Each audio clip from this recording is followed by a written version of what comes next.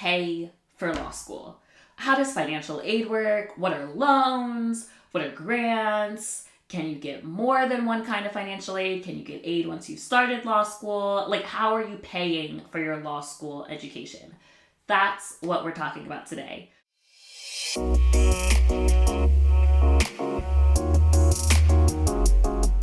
For those of you who are new and don't know me, my name is Sydney Montgomery. I am the founder of Asst Montgomery Admissions Consulting, where we specialize in working with first-generation and minority law school applicants. And today, I have a special treat.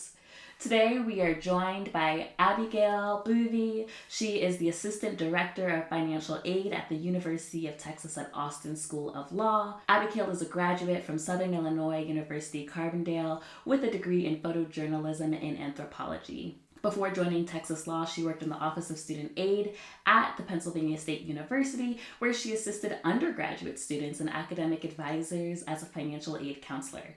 Beyond assisting students with financial aid, Abigail also enjoys cooking, hosting friends in her home, and taking photos, hence photojournalism. So we are so excited to bring on Abigail. Abigail, thank you so much for joining us.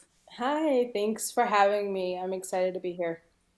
Yes, so I know that I've given a little bit of your background and your bio, but I'd love for you to just share with us a little bit more about you and your career progression. I know it's so important, especially to know that there are people in these positions that look like us who are here to Mhm. help us. So, yes, please just tell us a little bit about yourself.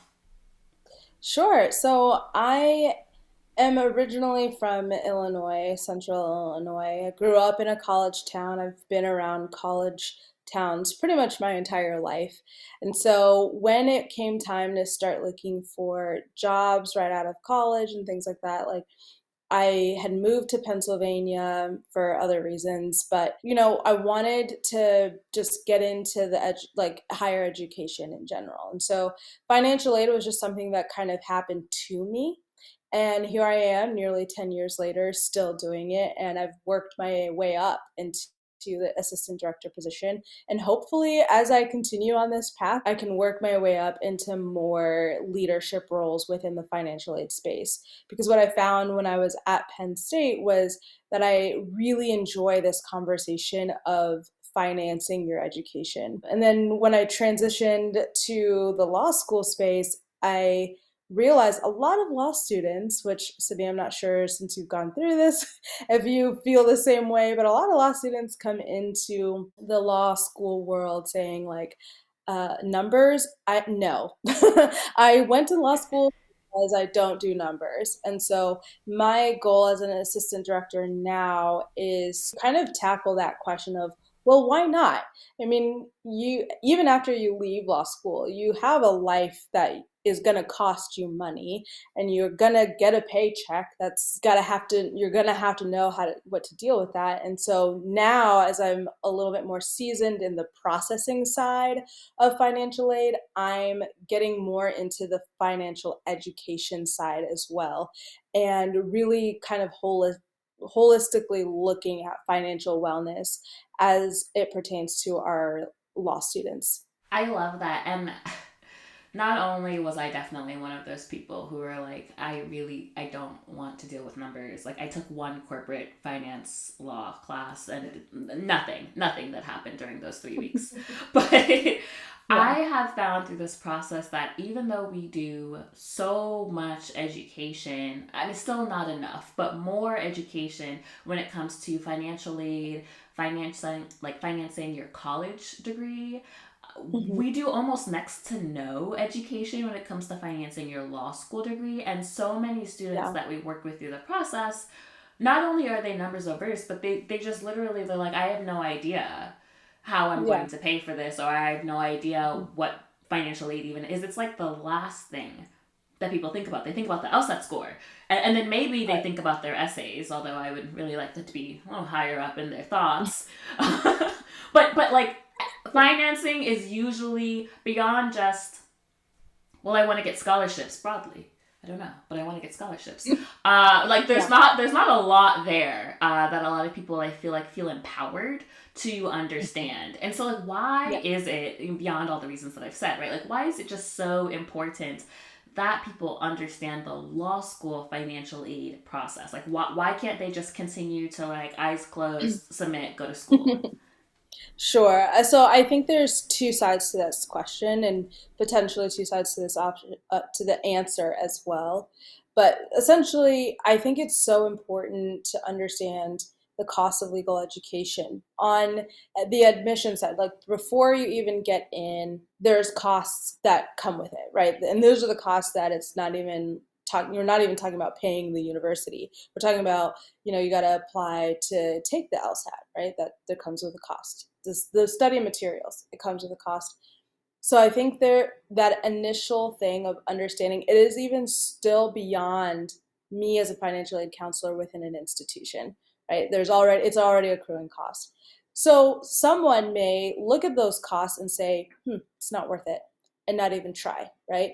And I think if you can start to understand that the holistically, like it's not just the cost of the beginning, it's not just the cost of the education, and it's not just the cost afterwards with loan repayment, which I'm sure we'll get into that a little bit. If you think about it more holistically, then you can start to say, okay, but what is my JD going to do? And is that worth the cost? And what do you want to do with your JD? And so I think some students may not have thought about it holistically. And I want people to understand that there is a holistic approach to thinking about the cost of your legal education.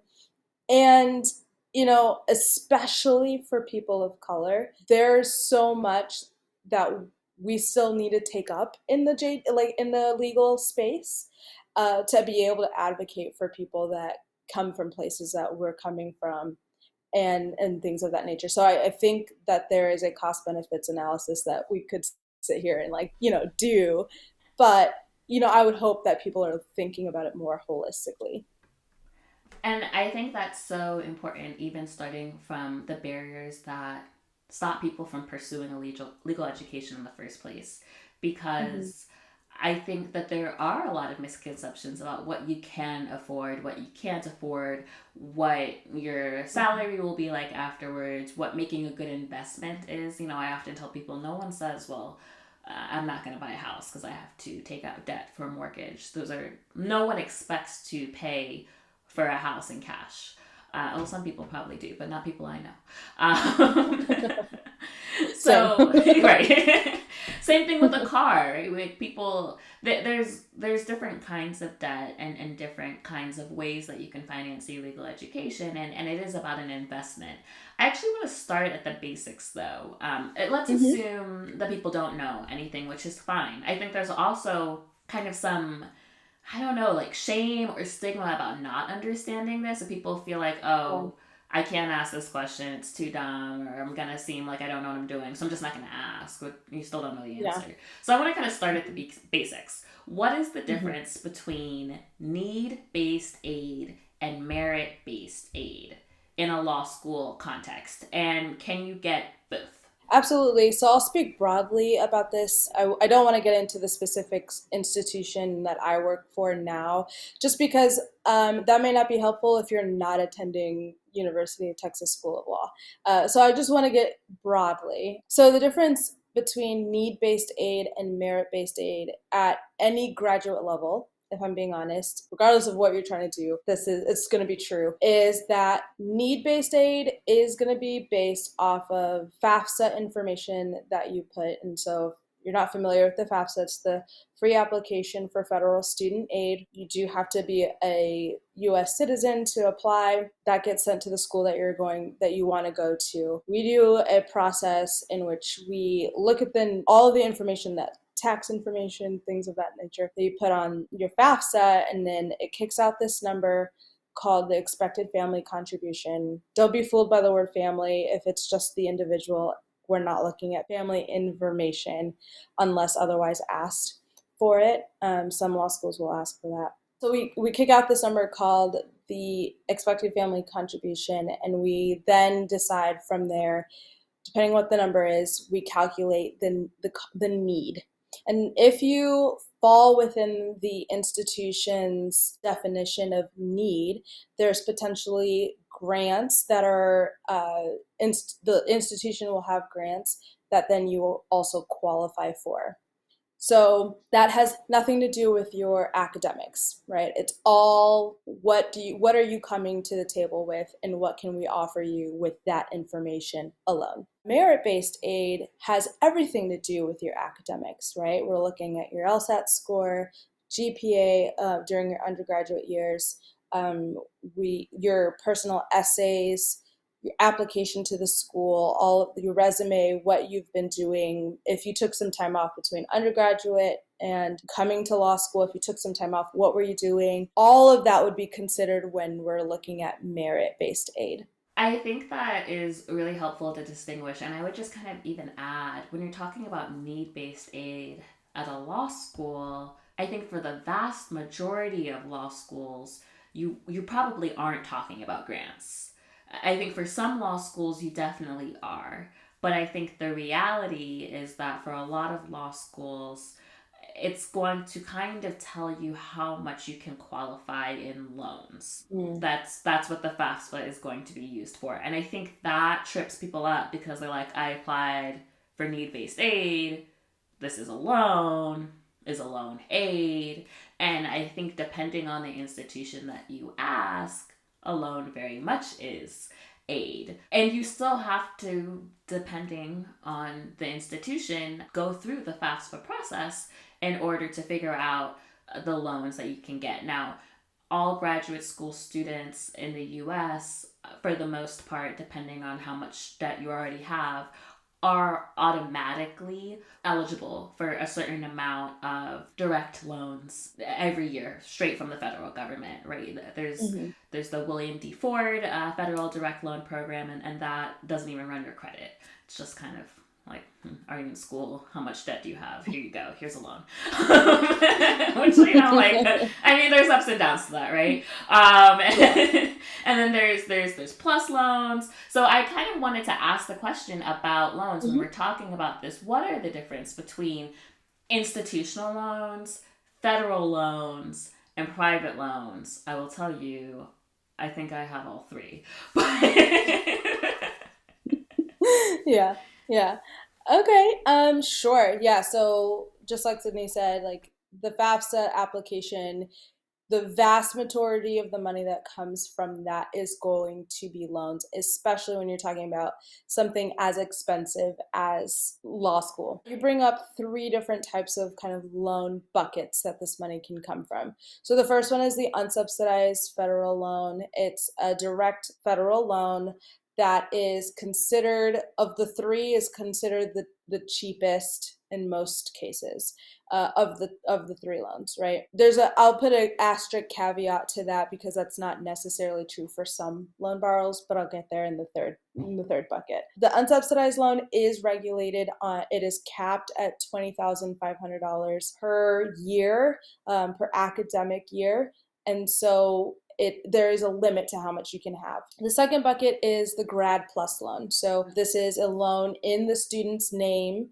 It is a bit more expensive on the interest rate, and both federal loans, unsubsidized and Grad Plus loan, have an origination fee that comes with it. They're not at the same rate, which also makes the Grad Plus loan a little bit more expensive in that case. There is no cap to the Grad Plus loan theoretically, but I will say when it comes to loan borrowing from the federal government, they do have a total cap in a year that you can take. So I don't know how much in the weeds you want to get with the cost of attendance and the nuances of that.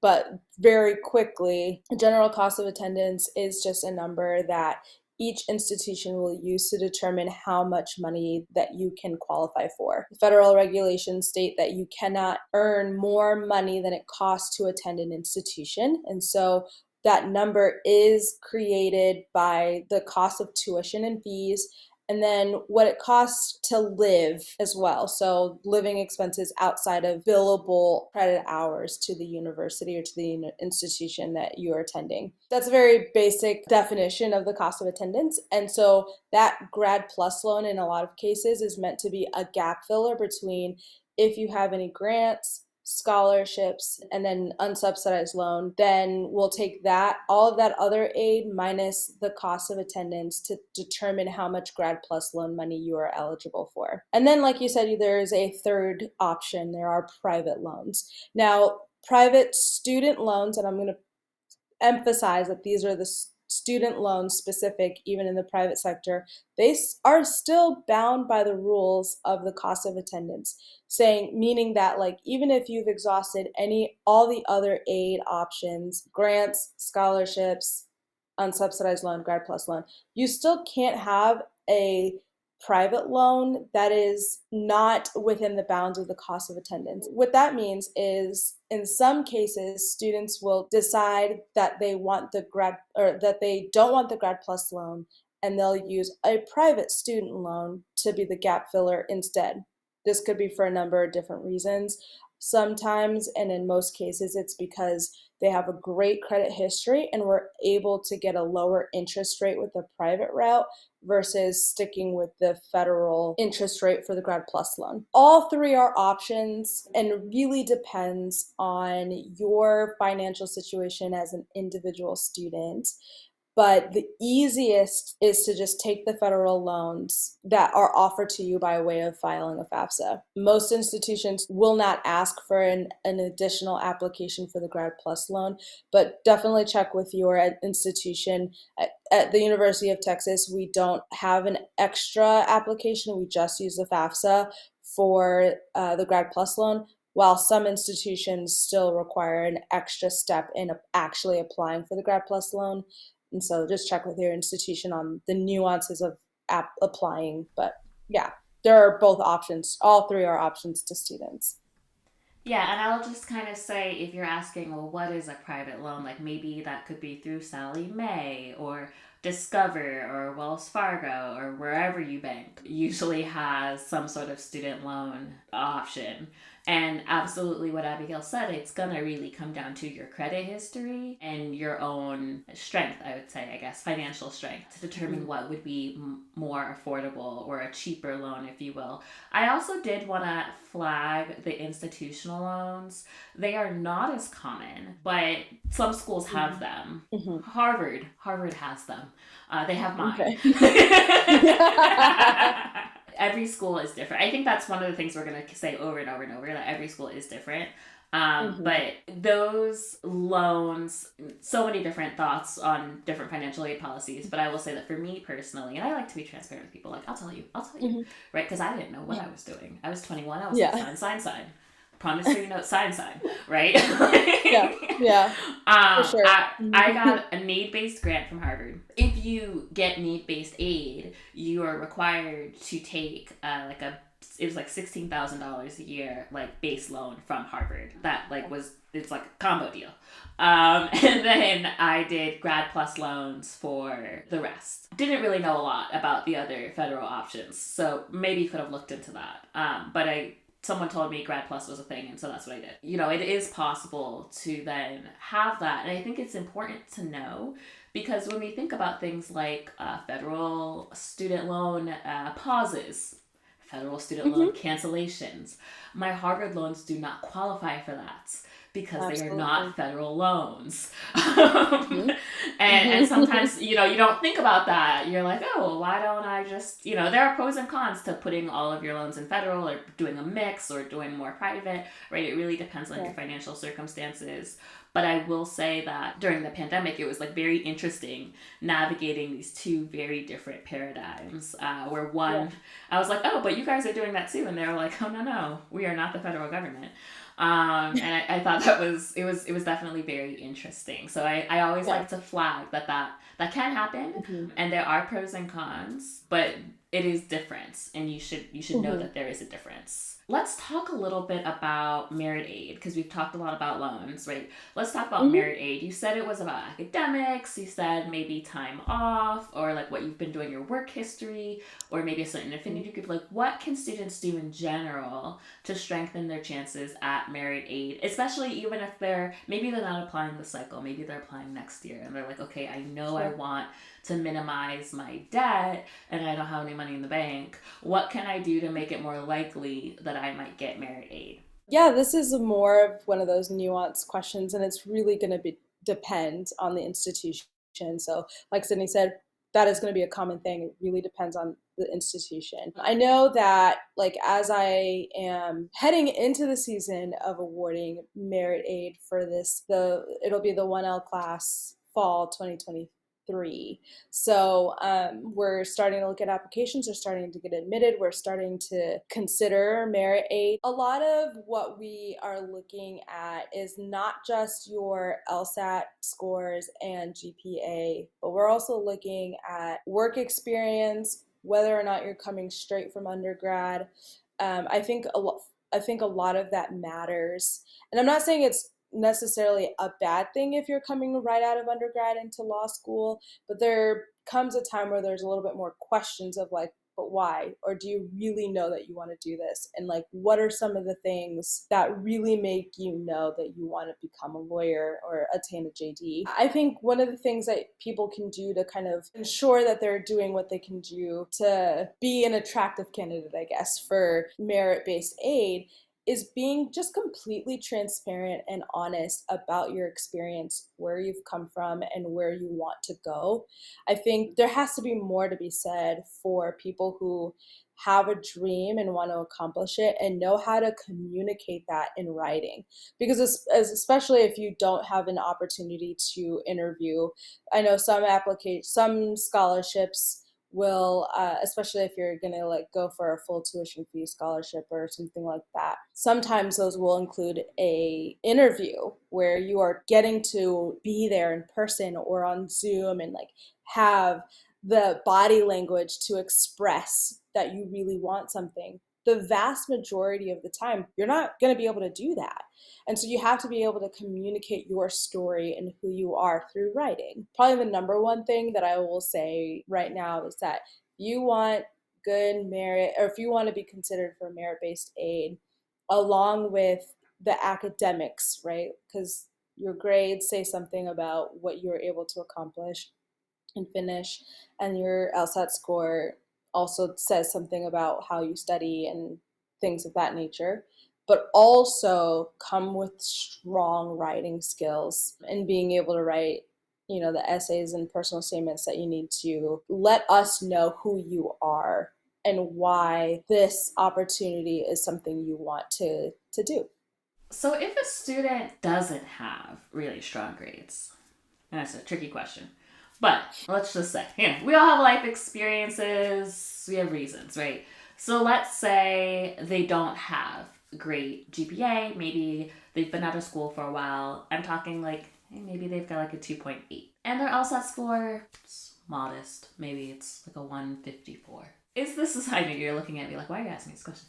But what would you say to this student though who still very much needs merit aid, needs scholarships? I know what I would say to the student, but I want to hear what you would say to the student. So I would say, right, like that's the point of outside external scholarships, right? I always tell Right. students we don't only put the power in the hands of the law school, right? Sure. There's so many fellowships and Fast Webs, CAPEX, College Express, all the things that you could do for undergrad. Many of them exist in the Mm-hmm. graduate space, and to not just look Yeah. for law school scholarships, but to also look for graduate level scholarships.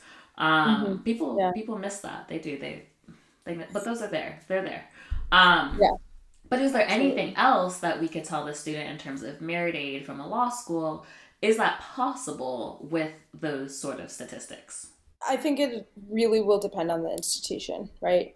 It's going to really depend on institution and what they're willing to give a student if they're not even meeting their median scores, right? And so, what I would tell the student is to remember that even if you're not offered something at that initial point where that is going to be consistent through your time in the law school, it may not be the end of the world or the end of institutional scholarship funds, because there are sometimes where you're awarded scholarships just based off your involvement as a student. Mm. Some of the endowments that schools have, I know this is true of University of Texas, and I'm sure other state schools are very similar. maybe even in the private sector. But some of the endowments that we have are not even tied to recruiting. They're tied to affinity groups, student organizations, journals. And so if you get involved, it's not necessarily your scores that will speak for you when being considered for scholarships. It might just be your involvement as a student and the extracurricular things that you decide to do. So it's not a great answer, I think. Like you said, I would also tell them about outside scholarship opportunities and how to find them, how to search, but also that like it's not necessarily a no forever for institutional funding if you are told no from the beginning, if that makes sense. Absolutely. And it kind of echoes what I always tell students is you are more than just numbers. You are a whole Hmm. person who Yeah. has so much to give to a school, even if the numbers don't tell the whole story. And so I think taking, Abigail, your point is so right. Like you can do things at school. You can, maybe it's your grades, maybe it's your involvement, but I think letting students know that there are funds for them even after they've started law school is really Hmm. helpful. I know I'm like a broken record, but there are even outside scholarships after you started law school. Like there are scholarships Hmm. for students who are in law school currently. For example, the American Association of University Women has this amazing $20,000 scholarship for students, women of color, who are pursuing a JD, and you have to have been at least 1 year into your program. Yeah. I mean, that's amazing, right? Like that's just for continuing education students, and there are so many of these fellowships, of these type of like bar associations sometimes give scholarships. People sleep on bar associations all the time. National Hmm. organizations, National Black Law Students Association, like there are places set up specifically to give support to continuing students, even like Hmm. writing competitions. And so there's all these ways that you can continue to finance their education, even past, okay, well, I didn't get a lot at the beginning, or this is what I got at the beginning, and this is all I'm gonna get. Like there's actually so many different ways for you to finesse that situation to get even more and even more and even more. Yeah. And if you don't mind, I kind of want to add on there, like a lot of times these outside scholarships are going to ask for like a personal statement of some sort, right? Some writing sample usually. And so it may not be a bad idea to have one ready to go all of the time, right? I don't necessarily think it takes too much effort to, before you even get to law school, to just have a statement. I do something similar with my resume, right? Like, if I change jobs, I have a working resume, like a working file that's consistently changing, that's not necessarily the final draft mode all the time, right? I just have it ready to go because at any moment something could change. I can apply for another job. And I feel like it's very similar with a personal statement.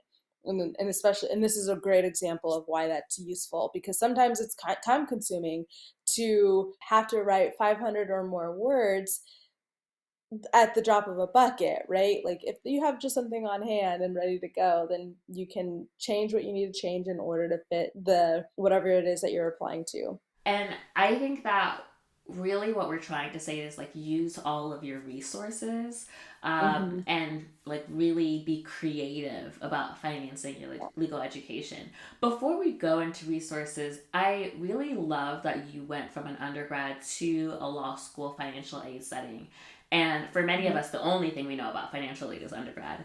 Are there Hmm. big differences in either the process or the ethos, or just like what are really the big differences between undergraduate financial aid and law school financial aid? Okay, so I would say that most law schools will have a specific financial aid counselor housed within the law school. So their focus is only law school students. And so the difference there for me was going from this huge roster of students I was taking care of at on the undergraduate side at Penn State to a very similar roster, but that was all my law students, right? And so just the sheer volume goes down when you have of just a person that's just focused on the law school. And I think from a staff perspective, that's a big difference. because we are a resource to these students, right? I have a lot more time to pay attention to an individual student in the time of crisis than the main financial aid office does, because they have the volume is just different. And then in terms of processing as well, things get done with for our students way faster than they do for undergraduate students. I mean, this doesn't happen very often, but this past semester we had some issues processing some of our scholarship funding, and funding was going to be late. And that was just for the entire university. But my law students still got paid way faster than the undergraduate students did, because the volume, right? Wow, wow, wow. That's And huge. so, yeah, it's huge, right? Like it's a huge difference. And so, from a staffing perspective, the volume makes a massive difference. And I think the experience for the students, or at least I hope so, is different because it's more individualized and more specialized to the student when they need the help. And thinking about help and resources, obviously you and others in your position are a resource, which is Mm-hmm. amazing. I mean, I think it's so important to know, like I said at the beginning, that there are people that look like us in these positions, ready to help Absolutely. us, ready to answer our Mm-hmm. questions. What other resources are there for students who are embarking on this journey, or preparing, or in the throes of their applications, and they want to know more about law school financial aid? Like, where can they go? Yeah, Access Lex is a huge organization that is right now their focus is law school. I'm not sure if they're ever going to expand that beyond the law school experience, but they are all about financing legal education, or not, I'm sorry, financial education when it comes to the legal profession. Access Lex is a wonderful resource. I'm actually going to their conference next week in Nashville, so very exciting. But yeah, wonderful resource for students. I know because the University of Texas School of Law is a member school with Access Lex, our students also have access to just literally sit down with a financial counselor and go through their budgets, go through even like loan repayment if they want to later on, and then maybe in their 3L year, whatever. They have that as a free resource to them. I think our students don't necessarily understand what a great resource that is, especially when you start going into the real world and you actually have to pay a financial planner, financial advisor a lot of money in order for them to do that for you, right? And so they have access to this free resource while they're a student, not just your financial aid person within the school, but also this organization. Access Lex is a wonderful resource. And they don't just provide one-on-one counseling, but they also provide webinars and actual physical materials and booklets and things of that nature, for students to grasp the finances and financing legal education. And because it's been mentioned a few times, I want to make sure before we end that we touch a little bit on loan repayment. So I wanted to ask you Absolutely. a little bit about Mhm. loan repayment programs, like actual programs that are offered through the schools, whether that is a loan repayment assistance program or a public service loan forgiveness program. I was part of a loan repayment assistance program. It was very beneficial to me. So I want to talk a little bit about that, and then just generally the concept of loan repayment. Absolutely. Admittedly, this is still something I'm learning experientially. I don't have any student loan debt. Never had to We praise repay God. things. So from right. So which I mean I'm super grateful for. But at the same time, talking about it is hard because I don't have the actual experience of it. And so when people are talking about nuances of having to work with their loan servicer and enter like different income driven repayment plans and things of like what counts as towards loan forgiveness and what doesn't, those are nuances I'm still figuring out. I guess for now, what I can say is loan repayment is a behemoth I think everyone is still trying to figure out, right? Like even right now, the current climate, this current administration is embarking on a journey that could potentially look at not just loan forgiveness this one time, right? And so I think there's still a lot of nuances that are still being figured out. So, as it is right now, there are several paths to loan forgiveness, and the majority of them, the vast majority of them, are for people in public service and are public interest focused. The first one that I'll mention is the Public Service Loan Forgiveness Program, or PSLF. And this is from the federal government, and basically, they just require that you are in a qualifying loan repayment program and you make 120 payments. So if you're going to make them consecutively, that would be 10 years worth of payments. And I should caveat, it doesn't have to be consecutive. You just need 120 qualifying payments towards your loans. And then after that, the rest of it is forgiven, right? So that's one path to loan forgiveness. And then in addition to that, some law schools will also have loan assistant or loan repayment assistance programs, or LRAP, frequently shortened. Depending on the institution, they'll come up with what would make sense mathematically for them to be able to help students repay. And so, again, depending on the program, do your research. And if I can say this, to be completely honest, I think that loan repayment assistance programs should be part of the consideration even before signing on the dotted line and going to a school, because it is a huge deal if they're going to help you pay back your loans. So I mentioned earlier with PSLF, like if you are in a income driven repayment program that is going towards PSLF, LRAP programs come in and help fund the payments that you are making towards that eventual loan forgiveness. Like, why not, right? This is a huge deal, especially for students that are interested in public service. And it's a way to help students be able to do what they love without appearing to sell out, if I can say it that way, right? To get a big law job just to be able to pay down your loan debt and then go and do what you want in public service. There is a path for those students who can just enter the workforce in doing what they really love in public service. Absolutely everything that Abigail said. I just want to add on a little bit to the loan repayment assistance programs. We have a few videos on this. We have a few blogs on this.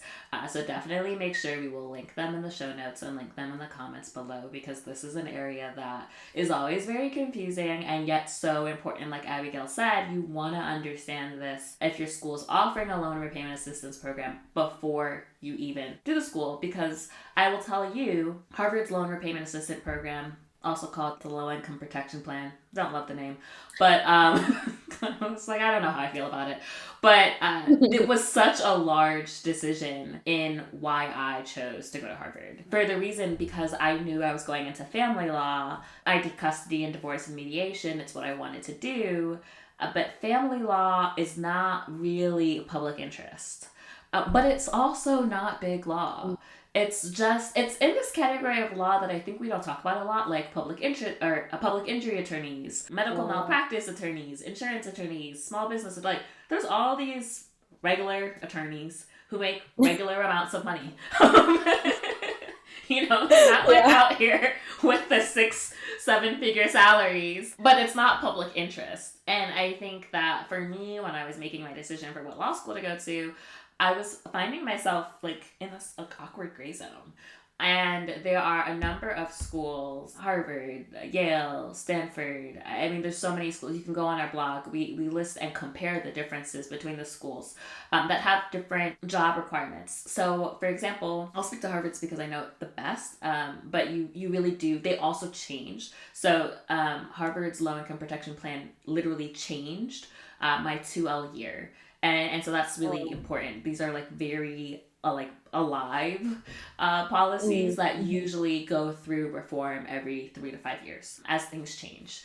And I'm not saying that everything about them is great and gravy, pros and cons to things. But I will say that in terms of jobs, you have to be in a legal job, any legal job, a government job, any government job, or education nonprofit to qualify. And then the amount of help that you get is based on your salary and how much debt you're bringing in. And at least for Harvard, they rolled in your undergraduate debt. right? And so I think, of which I had, not a lot, but I had some. And so for me, the flexibility of knowing, well, if I stop practicing law, but I'm still working in the government, or I'm still working as an education nonprofit, or if I am practicing law, I'm not really making that much though, but it's not public interest, like, do I still qualify? That flexibility was really important to me. Now, each one of Mhm. these programs at different schools will treat certain things differently. For example, how many assets you have. There's something called asset protection. Are you coming in with a huge 401k or a trust fund? I mean, if you're coming in with a trust fund, I don't know, but just for the if you are right, Yeah. things to think about. A really Yeah. big thing is what happens when you get married, because there are some programs that will average the income from you and your spouse. There are some programs that will only do that if your spouse makes equal to or more than you. But if your spouse Mm. makes one penny less than you, then their income doesn't count at all. What happens if you have kids? Right? What is the allowance for that? What happens if you need to work part time, which was a really big thing during the pandemic? What happens if you are unemployed? What happens if you're on maternity leave? What happens if you want to save to buy a house? There are a lot of things that go into this. It's a little complicated, but Right. there are definitely things that you can do to understand and learn more about those programs, and to understand how, if like, I knew going in that I wanted to do family law, so I knew I would not really qualify for public service loan forgiveness, so it was something that I knew that I needed to look at, like, what were the options for someone like me who was going to go into private practice but not necessarily as lucrative a private practice. That Right. can really make a big difference in the amount of loans that you end up paying back. So I call it like back end financial aid, if you will. Yeah, absolutely. I think that's a great way of putting it, like the back end financial help. It's an important thing to look at and consider for all the reasons that you said. Abigail, this has been really, really amazing. I want to know, are there any other pieces of advice, anything we did not cover, any last words of wisdom you want to leave us with as we kind of embark, hopefully more empowered, with some financial aid knowledge? Absolutely. I think the biggest thing is, and I want to be careful with my words, but I do think that especially in communities of color or underrepresented minority groups, we tend to hold our stories and not want to be as forthright. We just want to get through and make it to the end, right? And I think there's something to be said. Like I want people to know going in, like, it is okay to share your story, and it is okay to let people know when you need help and how they can best help you. Sometimes that will turn into disappointment, but I hope that at least when students are open and honest with me about their financial situations, my hope is that they leave my office saying, thank God I told her what was going on, right? Otherwise, I would have just had to grin and bear it. And law school is already hard enough, right? With that being said, if you need to be comfortable with someone in order to share your story, get to know your financial aid person at your law school, right? Like, don't be afraid to go into their office. Their literal job is to help students. And I tell students all the time, I get people who come into my office and they're like, I'm so sorry I scheduled a meeting. And it's like, that's my job. That's why I have the Calendly so that you can schedule a meeting and come talk to me. I want to know what's going on so I can best serve our students. Because at the end of the day, if I can ease some of the financial burden to help you get your JD as stress free as possible, let me do that. I want to do that. And so, yeah, don't be so tight-lipped about your stories and let people know you, especially your financial aid advisors. I love it. I love it. Get to know your financial aid advisor. I feel like I spend a lot of time telling people to get to know admissions, reach out, build relationships. So this is another thing that I could say: get to know your financial aid advisor. Like, Absolutely. introduce yourself. Is that true even in the application process? Can they introduce themselves then? Absolutely, they can. I meet with prospective students. That's where they get to kind of understand the nuances, and we can get in the weeds about my school, my institution, because I have that institutional knowledge. And that's where they can inquire about.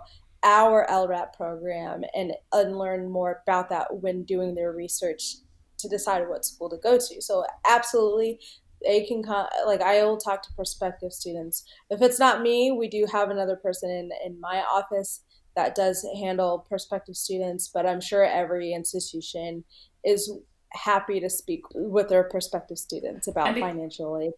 because I can hear the question now. If they tell you about their financial circumstances, will it hurt their chances of getting into the law school? No.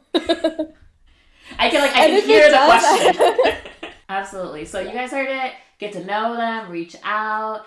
Abigail, thank you so much. I feel like I learned so much from you. I really enjoyed this. I'm gonna have to have you back a little part two. But thank you so much for your time, for your generosity, for your warmth.